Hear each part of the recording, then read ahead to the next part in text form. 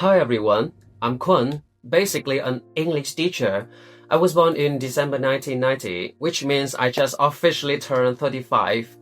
And honestly, the coolest, the most unbelievable thing I managed to do this year was, visiting the United Kingdom, a place I absolutely never imagined I would ever set foot in. So how on earth did I end up there at such a meaningful age? And also, I want to share on the unforgettable experiences I had there right now. You wanna hear? Okay, frankly speaking, it felt like a dream come true to me. Almost 2 years ago, my cousin, she met Ryan thanks to a matchmaking attempt from one of her mom's friends. Apparently, Ryan is Asian by blood, but British citizen, born and raised in London. He literally didn't know a single word of, Vietnamese, and yes, he flew all the way from London to Haiphong just to meet my cousin.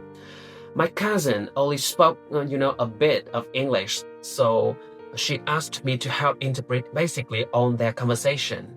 To be frank, my first impression was that Ryan seemed like a kind, sincere, and really likable guy.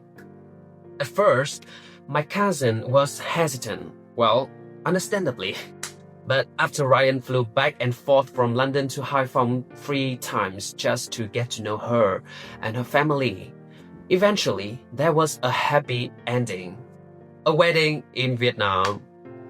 Yeah, and I was honored to be the bilingual MC at that wedding. That was also the very first time my entire relatives witnessed my interpreting skills and heard me sing 3 songs in 3 different languages: Vietnamese, Chinese, and English. By the way, Ryan's family has many relatives of Chinese descent, and I received so many compliments after the wedding. However, what surprised me even more was when they told us there would be another wedding in London. Of course, Ryan planned to invite, the bride's parents and younger brother. And then he politely invited me as well. But here's the thing, I'm just the cousin, not the brother. And, I'm single, a freelance teacher, which means my chance of getting a UK visa was extremely low. I asked so many friends for advice and everyone said, just try, but your chance is, like 1%. So, I prayed really hard and somehow, like a miracle, I got the visa. The moment I held my passport with the UK visa in it, I can't even describe that feeling. Many friends and relatives told me that, they had close family invite them to the UK and they still got rejected. Yet I succeeded.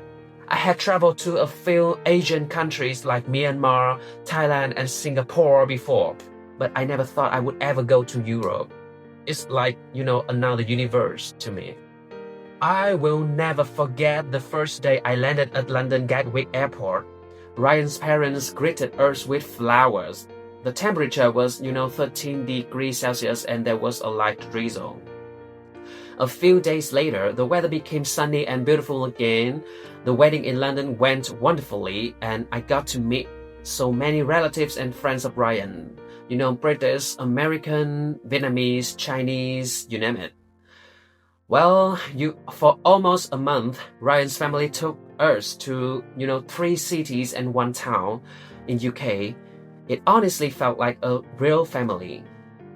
I spent a full day in Cambridge, another day visiting Canterbury, and then a day walking around, the town of Sevenoaks, and all the remaining days exploring London, which is stunning, classy, and absolutely iconic.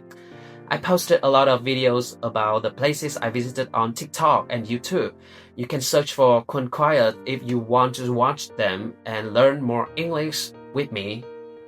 Speaking of English, after living in London for nearly a month, I realized I still have many weaknesses. Locals speak fast and their accent is kind of hard to catch.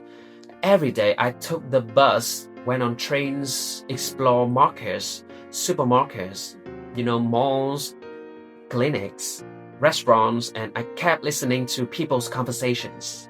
And trust me, many real-life expressions are so different from what we learn in textbooks.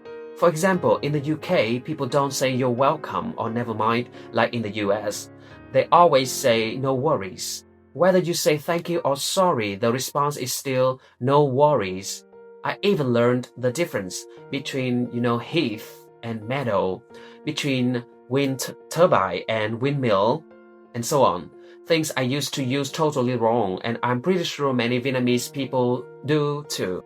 This trip cost me quite a bit of money, but in return, I gained priceless lessons and, unforgettable memories. From now on, I can visit London anytime I want. I mean, as long as I have enough money. London is one of the most expensive cities in the world. Everything there is like 7 times more expensive than in Vietnam. It was my first experience with jet lag, and I was always sleepy and tired. There were still many things I didn't get to do or see, so I will definitely go back one day. Thank you so much to Ryan and his wonderful family for being so, welcoming, thoughtful, open-minded, and kind. And thank you to everyone watching this video. Always believe in good things. You absolutely can too. Bye bye.